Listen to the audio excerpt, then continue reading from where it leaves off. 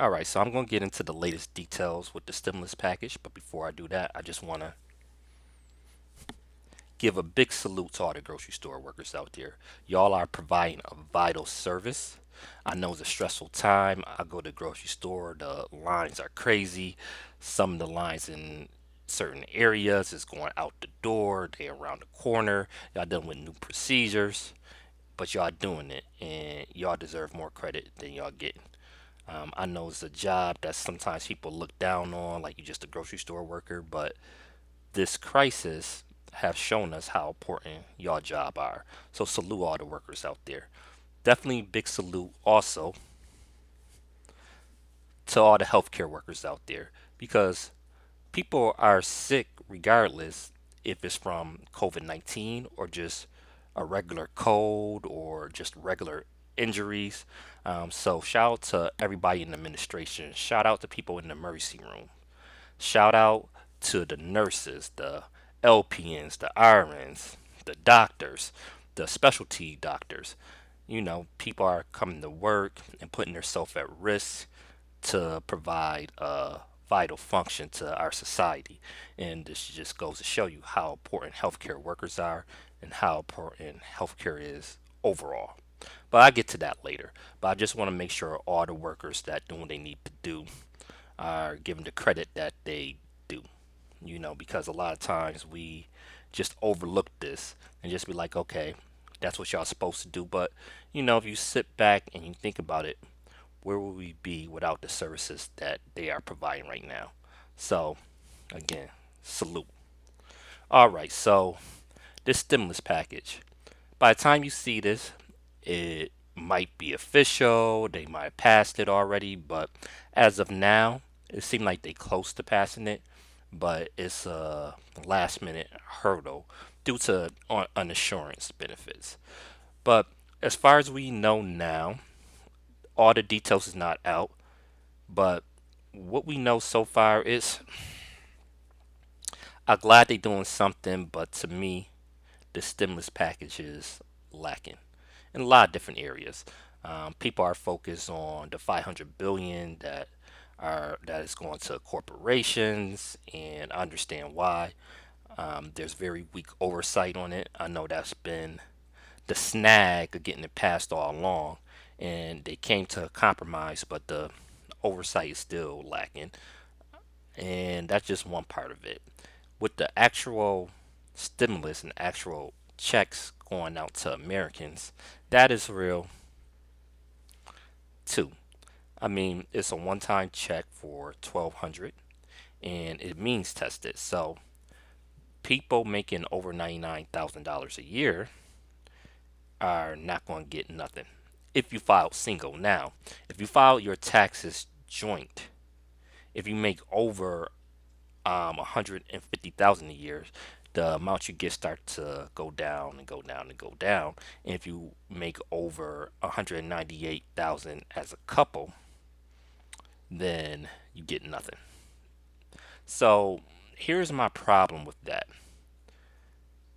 $100,000 is not $100,000 everywhere, or I should say 99,000 because not even 100, but $99,000 in, let's just say, a small area in Kansas. I'm just picking a random state.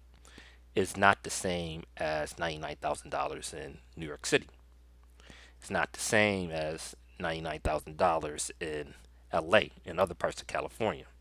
So they applying this broad number, and cost of living in different areas is higher.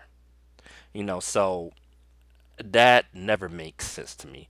I have the same problem I have with that as I do with the minimum wage, with the federal minimum wage, right?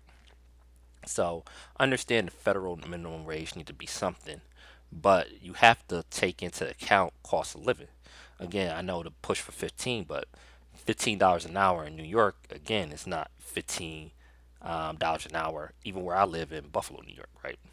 Two different areas. Cost of living is much higher in New York City. So in New York City, it might maybe it should be more than $15 an hour.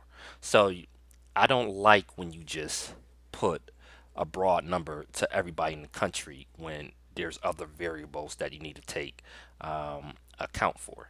So that's one of my problems off the bat with that. The other problem is I thought the stimulus was supposed to be to give a jolt to the economy right away. I'm reading the details about this, and they said they got till December 31st to give it out. I mean, people that need that money right now, I mean, what good is it going to do if you get it in December? I mean, I'm sure they're still taking, but like the point is to help out people that's struggling right now. Right now, giving somebody a check in December is not going to help them in April. So I I have a big problem with that. And the way they doing it is going off of tax returns. So if you already filed your taxes in 2019, they're gonna go off for that. If you didn't file your taxes yet, they're gonna go off your tax return for 2018, and they're gonna use your direct deposit information for that. Now, if you filed in 2018, hopefully you still got the same bank account number, and you didn't switch banks or something like that, because that may delay your check. So it's a bunch of problems I see with this. It's definitely more efficient ways to handle this than what they talking about. If you're talking about immediate stimulus, it can't take months on end to get your check. And on top of that, $1,200. I mean, a one-time check, $1,200 to somebody that's not working. I mean, how far is that really going to get you? To other people, it will help out. Like for me, I haven't missed any checks, so for me, the stimulus will help me out. But I'm in a lucky position. I haven't been somebody who been furloughed or haven't been able to go to work due to this pandemic, thankfully. So I'm able to work from home. But for people that can't work from home and haven't been able to go to work, they in a dire situation. They in a dire situation. So they might not get the money right away. And if they do get the money, who knows when? And that's just a one-time fix. Okay, you got your 1,200. Hey, you good now, right? No, it doesn't work like that. So I don't know. This stimulus package is a little disappointing, but shouldn't be too surprised. But it's lacking in several areas, to say the least. So this is what I'm thinking. This have me thinking about a lot of different scenarios, and just how we think as a society. So they able to do a $2 trillion package out of nowhere, right? Because they afraid that a recession is going to come on. But there's emergency situations day to day that we just don't take account. There's people that have severe healthcare needs right now, right? And before COVID-19 hit, after this pandemic died down, there's going to be people in drastic emergency situations. And a lot of these emergency situations impact is even greater than what COVID-19 is, right? And we just ignore that. Why? Because it's not in the media, because they don't talk about it every day, or you feel like it's not going to hit you personally, or just hope it doesn't hit you personally. That's no way to think. That's no way to think. We have to be proactive. I think if COVID 19, coronavirus, whatever you want to call it, have taught us anything, it should have taught us that we need to be proactive in neglecting or counteracting these emergency situations. And there's emergency situations and pandemics that the media don't discuss. Like I work in the healthcare industry, and it's trash. Our healthcare industry is pretty bad right now. It is pretty bad.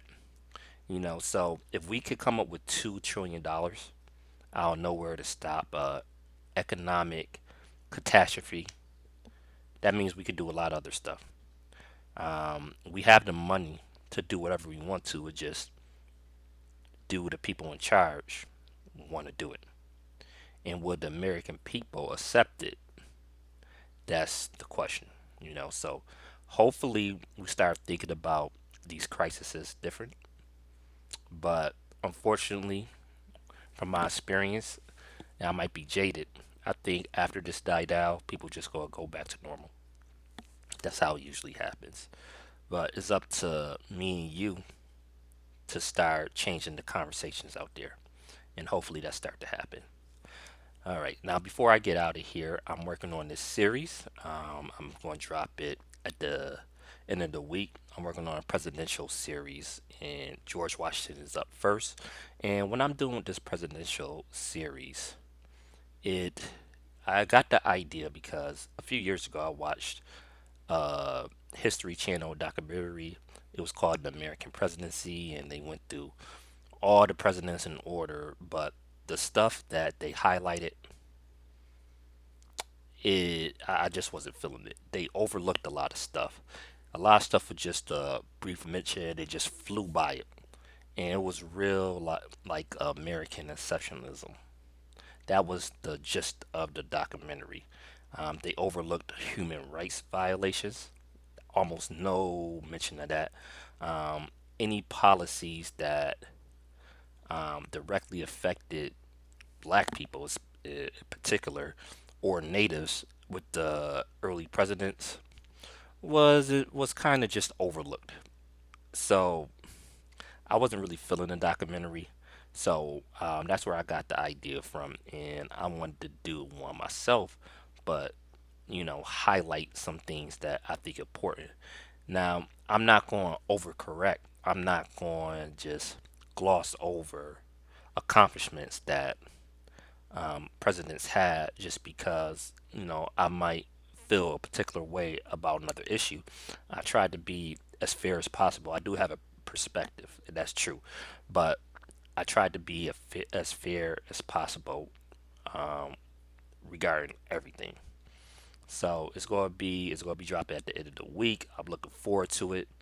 Put in a lot of hard work and time with it, and yes, I'm gonna go all the way from 1 to 45 with it. So the series might take a while. It might be 1 through 46. By the end of the year. But George Washington is dropping this week, so I'm looking forward to that. I'm working on a few other series for y'all too that I'm gonna be talking to y'all about very soon. Thanks for tuning in. Thanks to my new subscribers. Shout out to the Collie. I've been getting support out there. Been a member of the Collie since 2012, since it first started. Mess with a lot of people out there. Shout out to y'all. Shout out to my bros and my sis. There's not too many sis on the Collie, but shout out to y'all too. You know what I'm saying? But thank y'all for the support. Peace.